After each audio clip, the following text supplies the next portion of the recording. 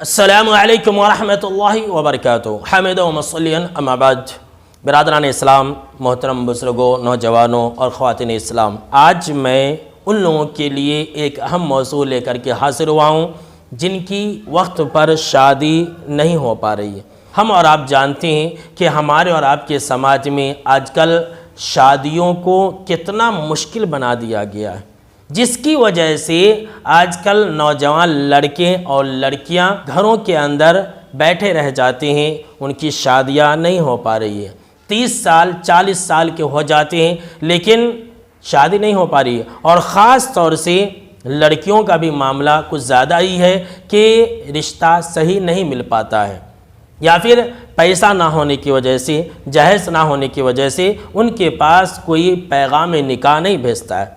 تو ایسے لوگ جن کی شادی جلدی نہیں ہو پا رہی ہے، ایسے لوگ کیا کر سکتے ہیں؟ آئیے میں آج کے درس میں آپ کو بتلاتا ہوں کہ ایسے لوگ کیا کریں گے۔ جن لوگوں کی شادی جلدی نہیں ہو پا رہی ہے، ان کو سب سے پہلا کام یہ کرنا ہے کہ اپنے آپ کو پاک دامن بنا کر کے رکھیں، پاک دامنی کی زندگی گزاریں، اور جب تک نکاح نہ ہو جائے تب تک اپنے آپ کو پاک دامن رکھیں۔ اللہ رب العالمین نے سورہ النور آیت نمبر 34 کے اندر یہ بیان فرمایا ہے کہ وَلْيَسْتَعْفِفِ الَّذِينَ لَا يَجِدُونَ نِكَاحًا حَتَّى يُغْنِيَهُمُ اللَّهُ مِنْ فَضْلِهِ، کہ ایسے لوگوں کو پاک دامن رہنا چاہیے جو لوگ نکاح کی طاقت نہیں رکھتے ہیں۔ کب تک؟ جب تک کہ اللہ رب العالمین اپنے فضل و کرم سے انہیں بے نیاز نہ کر دے، جب تک ان کا نکاح نہ ہو جائے تب تک ایسے لوگوں کو پاک دامنی کی زندگی گزارنی چاہیے۔ اور دوسری چیز جو ایسے نوجوان لڑکے اور لڑکیوں کو کرنی ہے وہ یہ کہ وہ روزہ رکھیں، نفلی روزے کا اہتمام کریں۔ اگر لڑکے کی شادی نہیں ہو رہی ہے تو وہ بھی روزہ رکھے، اور اگر لڑکی کی شادی نہیں ہو رہی ہے تو وہ بھی روزہ رکھے۔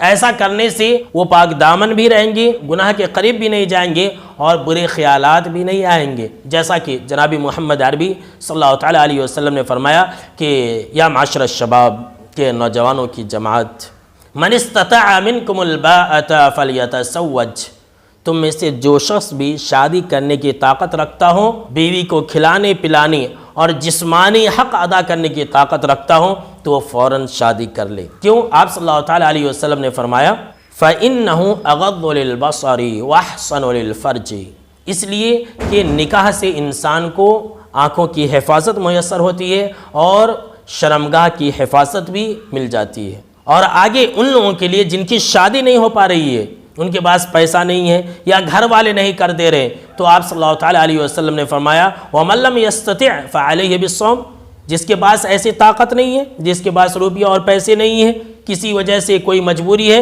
ایسے نوجوان لڑکے اور لڑکیاں روزہ رکھیں۔ کیوں؟ آپ صلی اللہ تعالیٰ علیہ وسلم نے فرمایا فَإِنَّهُ لَهُ وِجَاءٌ، ایسا کرنے سے اس انسان کی شہوت ٹوٹ جائے گی، اس انسان کے اندر جسمانی خواہشات کم ہو جائیں گے۔ تو برادران اسلام، یہاں آپ صلی اللہ تعالیٰ علیہ وسلم نے نفسانی خواہشات کو ختم کرنے کا یا پھر نفسانی خواہشات کو کم کرنے کا علاج اور طریقہ یہ بتلایا ہے کہ روزے رکھا جائے، چاہے وہ نوجوان لڑکے ہوں یا پھر لڑکیاں ہوں، دونوں بھی نفلی روزہ رکھیں۔ کیوں؟